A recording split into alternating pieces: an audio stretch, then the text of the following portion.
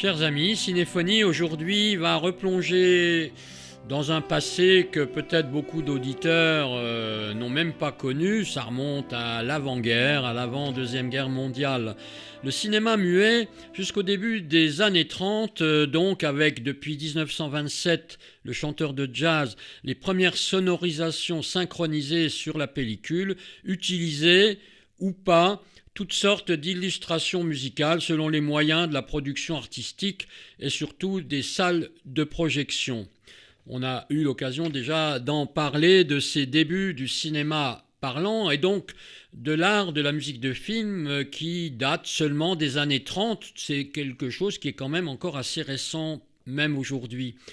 Il y avait souvent des chansons, elles étaient parfois en lien avec les films parce que beaucoup d'acteurs du début du cinéma parlant étaient des chanteurs, des artistes de music hall, parce qu'ils avaient la voix ils avaient la voix pour parler. On sait que beaucoup d'acteurs du muet n'ont pas pu continuer leur carrière parce qu'ils n'étaient pas faits pour cela. Et donc, c'est beaucoup de chanteurs, de chanteuses venus du monde de l'opérette, de la comédie musicale ou de la chanson de cabaret, donc comme je disais, tout court, qui vont être sollicités. Et quand ils étaient acteurs dans un film, eh bien, on a pris l'habitude à cette époque-là, donc dans les années 30, de les faire chanter à l'occasion. Alors, l'action s'arrêtait, c'est un peu un arrêt sur image, un peu comme dans l'opéra, quand il y a des récitatifs ou quand il y a des airs au milieu de rien. Et tout d'un coup, tout s'arrête et on entend un air, une chanson, donc dans le cas des musiques de film. Et donc, beaucoup de chansons étaient donc composé spécialement pour le film. On pouvait en récupérer qui existaient déjà, mais il y a eu toute une écurie, j'allais dire, de compositions originales qui étaient faites souvent par le compositeur de la musique du film et quelquefois par des personnes un petit peu plus douées peut-être pour faire de la chanson, donc qui collaboraient aussi à la musique du film. Et puis, c'était aussi pour des questions financières, un petit peu commerciales, c'était prolongé par des ventes de disques qui, à l'époque, se sont beaucoup développées.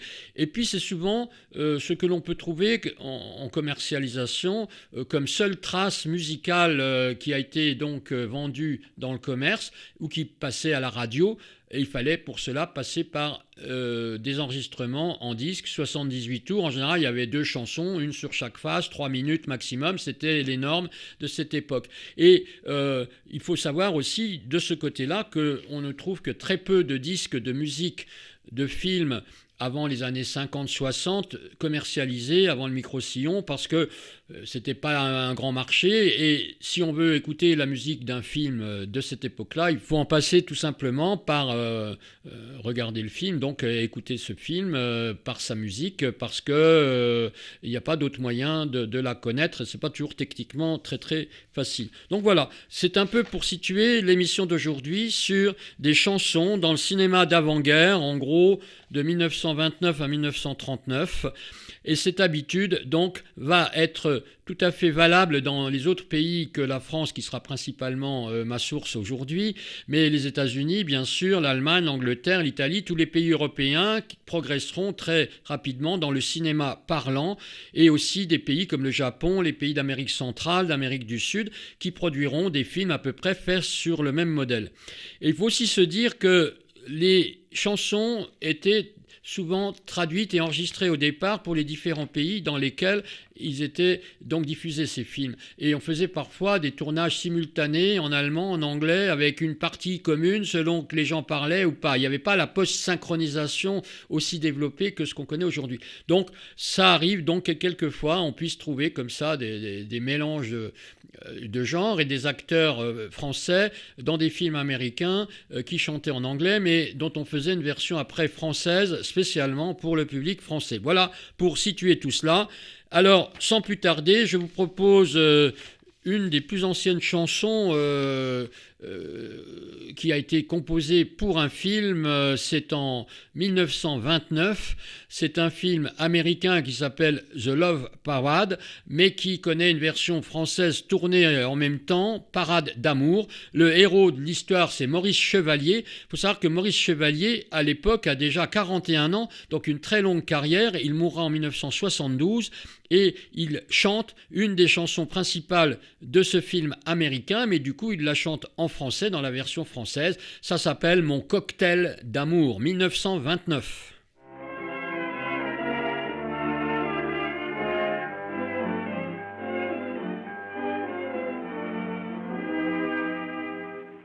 Toutes les femmes dont je me souviens avaient quelque chose de bien, un tout petit détail de rien du tout qui me plaisait beaucoup. Mais tous ces jolis souvenirs du passé par vous sont effacés, surpassés. Les yeux de Lisette, le sourire de Rosette, la pudeur de Suzette, je les retrouve en mieux. Le menton de Delphine. La musique est de Victor Scherzinger, un compositeur américain qui est mort en 1941, qui avait déjà aussi une longue carrière hors cinéma à l'époque. Et ce film a été réalisé dans les différentes versions par Ernst Lubitsch, donc grand réalisateur allemand, émigré aux États-Unis et qui lui mourra en 1947. Mais ce qui est surtout intéressant, c'est de voir qu'au tout début du parlant, donc on est 2 ans après le fameux chanteur de jazz qui a lancé le cinéma sonore, donc avec les premières chansons synchronisées à la pellicule en 1927, donc 1929, c'est Maurice Chevalier qui, comme je le disais, a déjà plus de 40 ans d'âge et qui découvre un art un peu nouveau et qui fera une très très belle carrière qui durera jusqu'à sa mort en 1972. En 1930, je voudrais vous proposer un film français, Le Roi des Resquilleurs, qui a été réalisé par Pierre Colombier. Et le héros de l'histoire, c'est un chanteur de cabaret né en 1886. Alors là aussi, si on compte, il a 44 ans quand il commence cette carrière dans le cinéma. Donc c'est un peu encore dans une comédie musicale plus ou moins déguisée. Il y a beaucoup de chansons et la musique, elle est de Casimir Oberfeld. Casimir Oberfeld est un compositeur qui a eu un destin tragique. C'était un juif polonais qui s'était installé en France et qui a été déporté à Auschwitz, où il est mort en 1945. Il a fait une brillante carrière bien avant d'être déporté, et notamment avec Fernandel, dont il a signé l'essentiel des succès, et il a écrit énormément de musique de film. Et les dernières années, il était réfugié dans le midi de la France, sous un prête-nom, mais il a été raflé et il est mort à Auschwitz au début de 1945. Voilà, Casimir Oberfeld, l'occasion de parler de ce grand compositeur au destin tragique. Le héros du cinéma, donc de Roi des Resquilleurs de ce film, c'est Milton, ou George Milton de son vrai prénom, mais il signait Milton tout court, ou Milton d'ailleurs, comme on disait à la française. Cette chanson, il y en a eu d'autres dans ce film, c'est pour mon papa, c'est le titre de la chanson. J'ai des parents qui ne sont pas du tout assortis. Papa est petit et très mal bâti, tandis que maman est grande, jolie et fait du sport. Mon père avec ma mère a toujours tort. Elle commande à chaque coup des robes de chez Patou, mais elle habille papa. Oh, décrochez-moi ça, l'habit qui ne va pas. C'est pour mon papa, les plus beaux vêtements, c'est pour ma maman. Le livreur, c'est tout le temps pour ma mère. Les factures, c'est tout le temps pour mon père. Les vieux pyjamas, c'est pour mon papa. Les dessous troublants, c'est pour ma maman. Ses chaussures sont coquettes, mais les plus sales chaussettes, au trou grand comme ça, c'est pour mon papa. C'est à maman. Cinéphonie avec Jean-Marc Illy sur RCF. On est la première ou la deuxième année du cinéma parlant en France, et évidemment cette façon de chanter de Milton, elle est particulière. C'est vraiment les hommes de terrain, sans micro souvent, qui avaient appris à chanter et à articuler. C'est pour ça qu'ils ont fait une belle carrière d'acteurs, mais ce n'était pas forcément très très inspiré sur le plan du jeu des acteurs, mais la voix passait bien, et c'est comme ça qu'ils ont eu une carrière assez longue. Il est mort en 1970, Milton, et donc Casimir Oberfeld, qu'on retrouvera dans cette émission pour quelques films plus loin. En 1931, un film allemand s'appelle en français Le Capitaine Cradock, et il a été tourné aussi dans une version française. Le réalisateur, c'est Hans Schwarz, et le compositeur, un compositeur allemand, venu aussi du monde plutôt de la comédie musicale ou de la variété, Werner Eman, donc, qui était né en 1896 et qui mourra en 1961. Alors cette chanson, c'est un tube interplanétaire depuis, enfin peut-être pas tout à fait, mais c'est Les gars de la marine. Alors évidemment, c'est chanté par un des acteurs du film, Jean Murat. Quand on est matelot, on est toujours sur l'eau. On visite le monde, c'est le métier le plus beau. Dans chaque petit port, du pôle sud au pôle nord, plus d'une fille blonde nous garde ses trésors. Pas besoin de pognon, mais comme compensation, à toutes nous donnons un petit morceau de nos pompons. Voilà les gars de la marine, quand on est dans l'école bleue, on n'a jamais froid aux yeux. Partout, du Chili jusqu'en Chine, on les reçoit à bras ouverts, les vieux loups de mer. Quand une fille les... Alors, c'est une rengaine, une scie comme on dit, mais c'est vraiment composé par celui qui a fait aussi toute la musique du film. Donc, c'est une chanson spécialement composée pour ce film, donc Le Capitaine Cradock de 1931, Les gars de la marine. En 1932, on va écouter un extrait du film La Dame de chez Maxim. C'est un film de Alexandre Korda, qui est bien connu des cinéastes. C'est pas un compositeur de deuxième zone. Il était hongrois, devenu américain, mais il va aussi tourner en France et en français. Et l'héroïne du film, c'est une chanteuse aussi par ailleurs, c'est Florelle.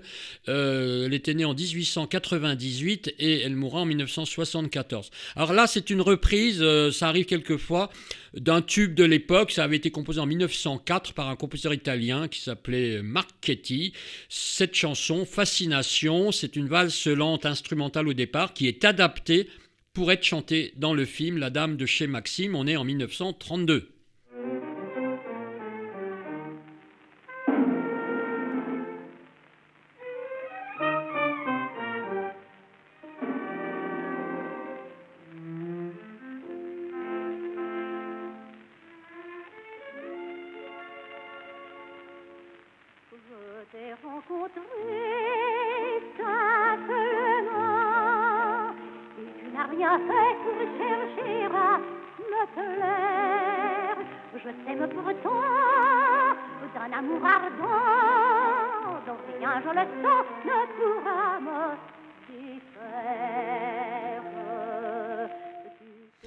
C'est un style un peu suranné. Et la qualité technique de toutes ces chansons se ressemble un peu par les limites un peu des bandes passantes, comme on disait, des enregistrements, qui sont des repiquages pour beaucoup des 78 tours qui avaient été commercialisés à la suite du film. On peut prendre aussi, comme je le disais tout à l'heure, la bande originale d'après les films, et c'est encore moins bon en qualité. Voilà, une très jolie voix, très belle actrice, Florelle, morte en 1974, figurez-vous, au début du disco, et qui est totalement oubliée à ce moment-là, qui a surtout fait une carrière avant la guerre pour La Dame de chez Maxim. On passe en 1933 à un film américain qui n'a pas eu de version française, c'est A Woman Commons. C'est un film de L. Stein qui a été fait en collaboration avec un musicien qui s'appelle Nacio Herb Brown. Ça vous dit peut-être rien, si ce n'est qu'il a écrit Singing in the Rain, qui reste une des chansons les plus mythiques aussi du cinéma, parce qu'il ne faut pas oublier que ça a été une chanson de cinéma aussi. Donc, Nacio Herb Brown va signer la musique de ce film, A Woman Commons. Je l'avais trouvé très, très jolie, très intéressante, par une actrice polonaise devenue américaine, qui est Paula Negri, donc qui est décédée en 1987. Ce sont des gens nés au 19e siècle, mais qui pour beaucoup vont vivre jusqu'aux années 70-80, avec un âge parfois très avancé. Voilà, très belle chanson de l'auteur de Singing the Way, mais de temps en temps, ça fait du bien de voir ce qui n'est pas forcément un tube.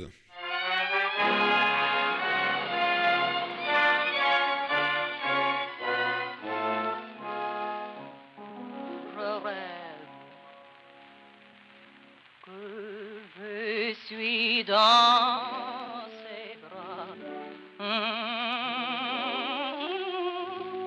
je sens poser sur moi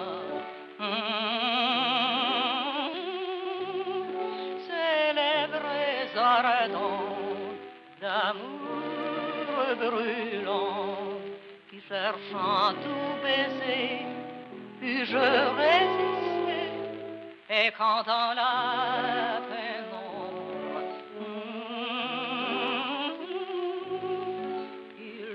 le front. Et voilà, donc quelques vieilles choses d'avant la Deuxième Guerre mondiale. En 1934, pour le film Une idée folle, c'est Arletty qui va chanter « La femme est faite pour l'homme ». On retrouve Casimir Oberfeld comme compositeur.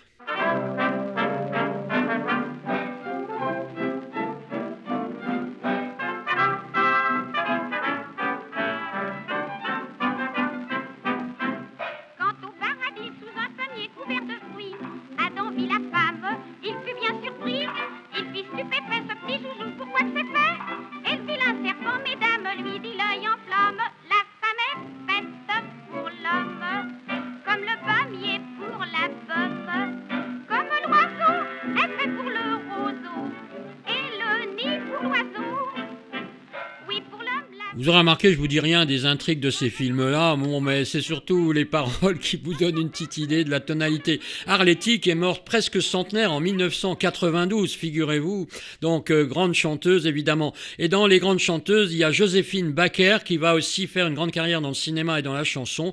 Le film c'est Zouzou avec Jean Gabin et la chanson titre un peu de ce film c'est lui, c'est le titre de la chanson, Joséphine Baker, on est en 1935, Marc Allégret à la réalisation et Georges Van Paris à la musique. 4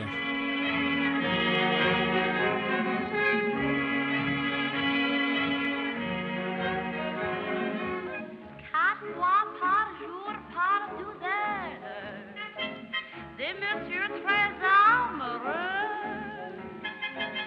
me proposent une vie de rêve pour que je me donne à eux. Il y en a qu'un su me plaire, il est méchant, il n'a pas le sou. Ces histoires ne sont pas claires, je sais bien mais je m'en fous.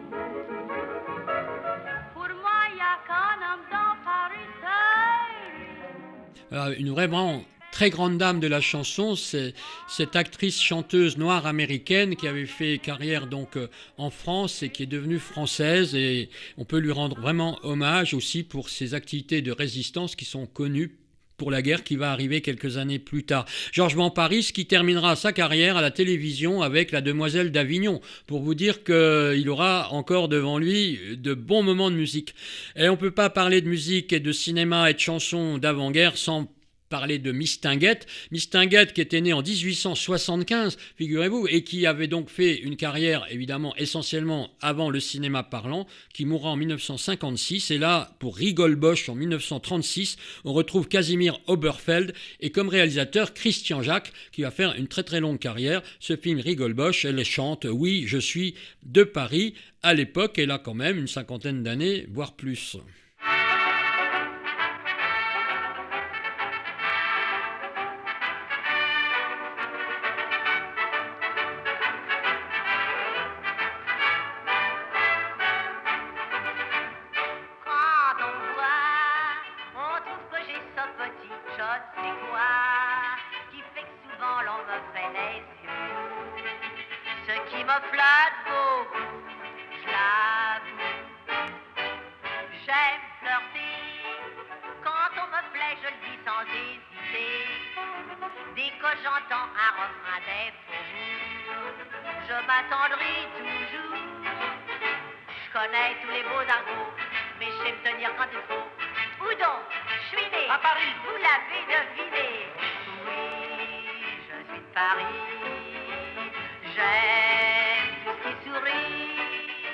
La musique au cinéma et le cinéma en musique, c'est Cinéphonie avec Jean-Marc Illy. Oui, alors Mistinguett, j'ai refait le compte, elle a 61 ans quand elle fait ce film et quand elle chante ici. En 1937, on va faire appel à Tino Rossi qui va faire beaucoup de cinéma et de chansons de cinéma pour ce film qui s'appelle Au son des guitares. Il va chanter Tant qu'il y aura des étoiles. La musique est de Vincent Scotto, grand compositeur de chansons et qui était surtout compositeur d'opérettes à la base. Il en a fait 200, 300 je crois, c'est incalculable. Voici Tino Rossi en 1937 et on voit que le cinéma parlant avec ses chansons s'installe vraiment très très bien.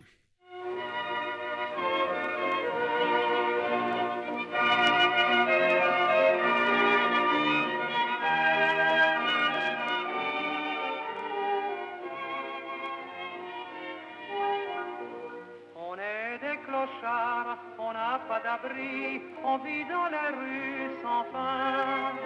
On a le ventre vide et le cœur meurtri, et l'on crève de froid et de faim. Mais nous avons nos richesses malgré tout, le vent du soir, le printemps si doux, tout ça c'est à nous. Tant qu'il y aura des étoiles sous la voûte des... Voilà, Tino Rossi, un grand violent, comme disait l'autre. Voilà, il mourra en 1983. À l'époque, il a 30 ans. Bah oui, ça arrive qu'on chante comme ça quand on a 30 ans. La même année, Pépé le Moco sera un grand film de Julien Duvivier qui va faire une très longue carrière même après la guerre. On retrouve Vincent Scotto à la musique. Dans ce film, il y a Jean Gabin, il y a Mireille Balin, mais il y a aussi Fréhel, cette chanteuse réaliste tout à fait étonnante, au destin un peu tragique par sa vie personnelle. Elle est morte en 1951, un peu oubliée, mais c'est elle qui va chanter ici pour Pépé le Moco. Où est-il donc? Point d'interrogation. Il y en a qui vous parlent de l'Amérique, ils ont des visions de cinéma, ils vous disent quel pays magnifique, notre Paris n'est rien auprès de ça, ces boniments la rendent moins timide, bref on y part un jour de cafard, encore un de plus qui le ventre vide, à New York cherchera $1. Parmi les gueux et les proscrits, les émigrants au cœur meurtri, il dira regrettant Paris. Où est-il mon moulin de la place Blanche, mon tabac et mon bistrot du coin? Tous les jours pour moi c'était dimanche. Où sont-ils les amis, les copains? Où sont-ils tous mes vieux bals misères? Exceptionnelle actrice, exceptionnelle chanteuse, Fréhel, on peut pas faire mieux. Vincent Scotto, toute une bande de talents réunis pour le cinéma. La même année encore, 1937, c'est Fernandel qu'on va trouver avec Ignace, chanson-titre du film qui s'appelle Ignace, qui a été tourné par Pierre Colombier, dont on a déjà parlé tout à l'heure, et la musique est de Roger Dumas. D'après l'opérette du même nom, Ignace, c'est Fernandel qui chante. Lorsque je suis né, mes parents étonnés firent tout d'abord un drôle de nez. Quand vint le docteur, j'appris avec stupeur que j'aurais pu être maçon. Quand on s'aperçut que j'avais quelque chose en plus, ils me baptisèrent alors tout ému. Ignace, Ignace, c'est un petit nom charmant. Ignace, Ignace, qui me vient tout droit de mes parents. Ignace, Ignace, il est beau et me va comme un gant. Moi je le trouve plein de grâce. Ignace, Ignace, je n'en crois pas. Et oui, donc c'est Fernandel avec des tubes qui, bien au-delà du film, vont se faire connaître presque, je dirais presque jusqu'à aujourd'hui. Vous voulez encore du Fernandel? Eh bien voici, après Ignace, Barnabé. On prend à peu près les mêmes et on recommence. Roger Dumas à la musique, même si Oberfeld va aussi faire une partie de la musique du film. C'est Barnabé donc avec Fernandel encore une fois.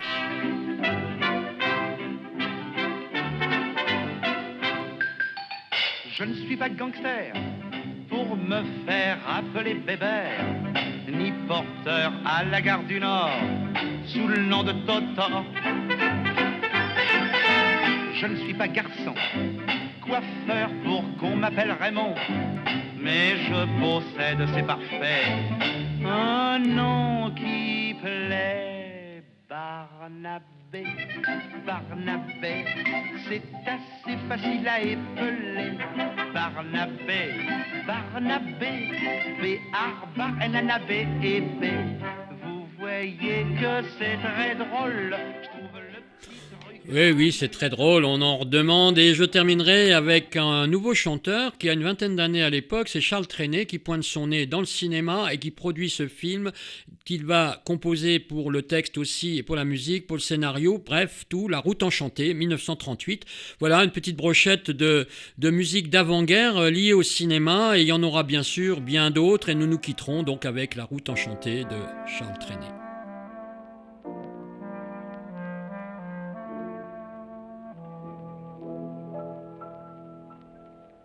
Le ciel ciel est plein de joie, la nuit est parfumée. Ah, quel parfum subtil! Odeur de feu de bois, douce odeur de fumée, odeur du mois d'avril. On sent que bientôt c'est la fête, la jolie fête du printemps qui fleurit par-dessus nos têtes, le ciel d'avril comme les chants. Une étoile m'a dit, deux étoiles m'ont dit, connais-tu le pays du rêve? Le pays d'amour où sous le ciel bleu tout est joyeux. Les beaux jours sont courts au pays d'amour et les nuits sont brèves.